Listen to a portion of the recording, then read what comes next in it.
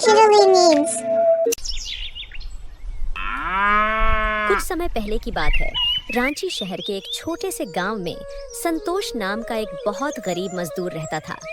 उसके घर में उसकी पत्नी चंद्रमुखी और बेटी सुधा रहती थी। पर अब गर्मियों का मौसम जाने वाला था और सर्दियों का मौसम आने वाला था। लेकिन संतोष टूटी फूटी झोपड़िया में रहता था, जिसकी खिड़की से हवा आती थी और छत से पानी गिरता था।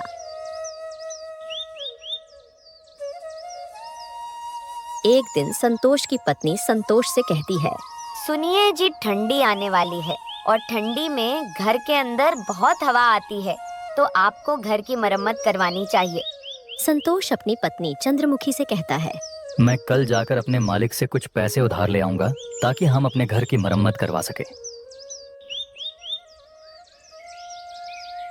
अगली सुबह होती है तो संतोष अपने काम पर चला जाता है और अपने मालिक से कहता है, साहब जी, अगले महीने से ठंडी का मौसम आ रहा है और मेरे घर की छत टूटी है, जिससे कि घर में हवा आती है, और अगर मैं जल्दी से उसे ठीक नहीं करवाया तो ठंडी में हम लोगों को बहुत दिक्कत हो जाएगी। मैं और मेरी पत्नी किसी तरह दिन काट लेंगे, लेकिन मेरी एक छोटी सी बेटी है, वह इतनी ठंडी में उस टूटी फूटी घर में नहीं रह पाएगी। संतोष की बातें सुनकर मालिक कहता है, अरे तो उसमें मैं क्या कर सकता हूँ? मालिक, आप मुझे थोड़े बहुत पैसे उधार दे देते तो मैं अपने झोपड़ी की मरम्मत करवा लेता, और मैं दिन रात मजदूरी करके आपका उधार चुका दूंगा साहब जी। अरे तूने अभी तो उतना काम भी नहीं किया है कि मैं तुझे उधार दे सकूं। अभी मेरे पास पैसे नहीं हैं।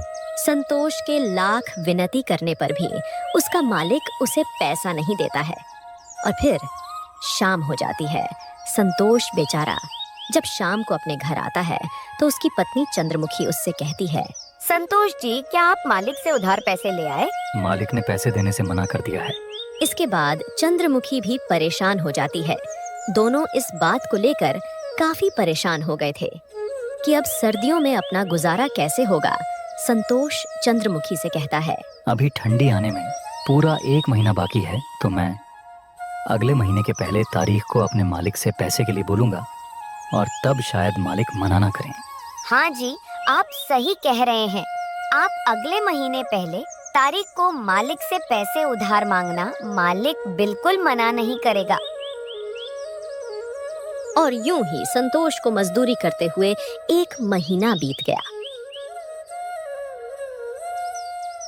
अगले महीने की पहली तारीख को संतोष अपने मालिक से पैसे उधार मांगने के लिए जाता है और उनसे कहता है, मालिक, अब तो पूरा 1 महीना हो गया है और थोड़ी थोड़ी ठंडी भी होने लगा है। अरे अब तो आप मेरी मजदूरी के पैसे दे दो ताकि मैं उन पैसों से अपने घर की मरम्मत करवा सकूं। संतोष के इस बार भी लाख विनती करने पर भी उसका मालिक उसे पैसा नहीं देता है और फिर कोई नया बहाना बता देता है।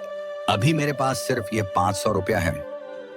500 रुपया देखकर संतोष कहता है, मालिक, इस महीने तो मैंने एक भी छुट्टी नहीं की, तो उस हिसाब से तो मेरा ज्यादा पैसा बनता है। लेकिन मालिक उसे अपने बातों में फंसा देता है और संतोष के ज्यादा बहस करने पर उसे काम से धक्का मार के निकाल देता है। संतोष को कम पैसे मिलने तथा काम से न निकाल देने जाने से बहुत परेशान हो जाता है।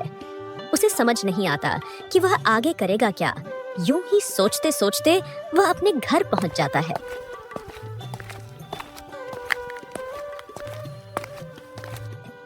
इसे यह निराशा देख चंद्रमुखी कहती है, क्या हुआ, आप पैसे नहीं लाए क्या? अरे इस बार भी मालिक ने पूरे पैसे नहीं दिए, और तो और मुझे काम से भी निकाल दिया है। ये बात सुनकर संतोष की पत्नी चिंता में पड़ जाती है और कहने लगती है, अब घर कैसे चलेगा और ठंडी में हमारा गुजारा कैसे होगा? तुम चिंता नहीं करो, मैं कहीं काम ढूंढ लूंगा, फिर हमारी सारी परेशानी दूर हो जाएगी। इतना कहकर संतोष उन पैसों से घर में खाने के लिए राशन लाता है। अब उसके सारे पैसे खर्च हो जाते हैं। संतोष काम की तलाश में यहाँ वहाँ भटकता है, लेकिन उसे काम नहीं मिलता है। वहीं दूसरी ओर अब ठंड भी धीरे धीरे बढ़ने लगती है और रात के समय में संतोष के घर में खिड़कियों से और दरवाजे से काफी ठंडी हवा आने लगती है। रात भर ठंडी हवा आने की वजह से संतोष और उसकी पत्नी और बेटी रात भर सो नहीं पाते हैं और रात भर ठंड से कांपते रहते हैं। उनके पास एक कंबल था। अब उससे भी ठंड नहीं रोकता था। जैसे तैसे किसी तरह एक रात बिताते हैं और अगली सुबह होती है तो संतोष की पत्नी चंद्रमुखी संतोष से कहती है, संतोष जी, ऐसा कब तक चलेगा इतनी ठंडी में? हम दोनों तो किसी तरह अपना समय काट सकते हैं, लेकिन हमारी एक बेटी है, उसके लिए हमें कुछ करना होगा, नहीं तो वो ठंड की वजह से मर जाएगी। चंद्रमुखी, तुम सत्य कह रही हो। मैं आज ही जाकर बाजार जाकर देखता हूँ कोई काम मिलता है कि नहीं। और फिर इतना कहकर संतोष काम की तलाश में निकल पड़ता है और एक सेठ के पास जाता है और उससे कहता है, सेठ जी, क्या मुझे कोई काम मिल सकता है आपके यहाँ?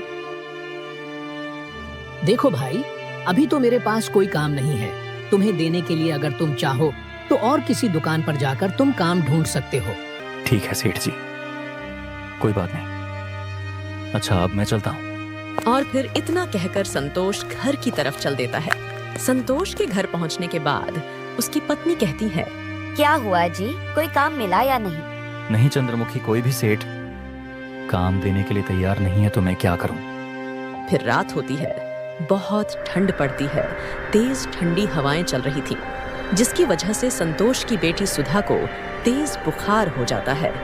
और चंद्रमुखी संतोष से कहती है, देखिए जी, सुधा को कितना तेज बुखार आ गया है और इसकी पूरी शरीर जैसे आग हो गई है। आप कहीं से जाकर इसके लिए दवा ले आओ। अरे मेरे पास अभी इतना पैसा नहीं है कि मैं दवाखाना जाकर अपनी बेटी सुधा के लिए एक गोली दवा ले आऊं। अरे आपको कुछ ना कुछ तो करना होगा, वरना सुधा की तबीयत रात भर में और भी बिगड़ जाएगी। देखिए, अगर कहीं पैसों को इंतजाम हो जाए तो कर लीजिए। और दूसरी तरफ सुधा ठंड से कांपने लगती है। संतोष को कुछ भी समझ नहीं आ रहा था कि वह अब क्या करे। कुछ देर सोचने के बाद संतोष अपनी पत्नी चंद्रमुखी से कहता है, मुझे रोना आ रहा है। अपनी बीमार बेटी को देखकर हमारे पास पैसे नहीं हैं कि अपनी बेटी को हम अस्पताल लेकर जा सकें। सुधा की दिल की धड़कन अब तेज हो रही थी। संतोष उठता है और अपनी बेटी को अस्पताल लेकर पहुंच जाता है, लेकिन अफसोस, उसके पास पैसे न होने से डॉक्टर सुधा को इलाज करने से इनकार कर देते हैं। हमारे ऊपर रहम करो डॉक्टर साहब, हमारी बेटी का इलाज कर दो डॉक्टर साहब, नहीं तो वह मेरी छोटी सी गुड़िया मर जाएगी। इस छोटी सी बेटी पर रहम करो डॉक्टर साहब, मैं 1-2 दिन में काम करके आपका एक एक पाई चुका दूंगा। संतोष के बहुत मिन्नती करने पर भी डॉक्टर को बिल्कुल भी रहम नहीं आती है और तीनों को अस्पताल से बाहर निकाल देते हैं। अस्पताल की सीढ़ी पर बैठकर संतोष और उसकी पत्नी चंद्रमुखी रोने लगते हैं और दूसरी ओर ठंड धीरे धीरे बढ़ती जा रही थी। ज्यादा ठंड होने की वजह से अब तीनों ही बुखार से जूझ रहे थे। वह तीनों ही अस्पताल की सीढ़ी पर बेहोश हो जाते हैं।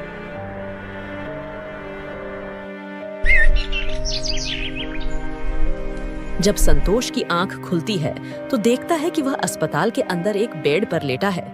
ये देख संतोष के मन में बहुत से सवाल आते हैं। अरे मुझे अंदर किसने लाया और चंद्रमुखी और सुधा कहाँ हैं? इतने में ही वह डॉक्टर उसके पास आता है, जिसने उसकी बेटी को पैसा न होने की वजह से भर्ती नहीं किया था। आपको एक औरत ने अस्पताल में भर्ती करवाया क्योंकि आप सभी को ठंड लगने की वजह से तेज बुखार हो गया था और आप तीनों लोग ही सीढ़ियां पर बेहोश हो गए थे। संतोष उस औरत के बारे में पूछता है कि वह कौन है, तो डॉक्टर साहब ने इशारा करके बताते हैं। अब संतोष जाकर उस औरत से बात करता है और पूछता है, आपका बहुत बहुत धन्यवाद, लेकिन आपने हमारी मदद क्यों की? मेरा आपके परिवार से कोई रिश्ता नहीं है, लेकिन एक टाइम था जब मेरे साथ भी ऐसा ही हुआ था और मेरे परिवार बहुत गरीबी में थे। मैं भी किसी सड़क के किनारे ठंड से जूझ रही थी और किसी नेक दिल इंसान ने इसी तरह हमारी मदद की थी। यह सुनकर संतोष उसे धन्यवाद कहता है और फिर संतोष अपनी बेटी सुधा से मिलता है और अपनी पत्नी से भी मिलता है। अब वह औरत संतोष से पूछती है, आखिर आपके साथ ऐसा क्या हुआ था जो इतनी देर रात तक आप सब हॉस्पिटल के बाहर बैठे थे और इतने ठंड में भी? फिर संतोष बेचारा उसे अपने सारी परेशानी बताता है, जिसके बाद वह औरत संतोष और उसके परिवार वालों की मदद करती है और संतोष का घर भी बिल्कुल ठीक करवा देती है। अब संतोष की गरीबी और ठंड दोनों से ही छुटकारा मिल जाता है।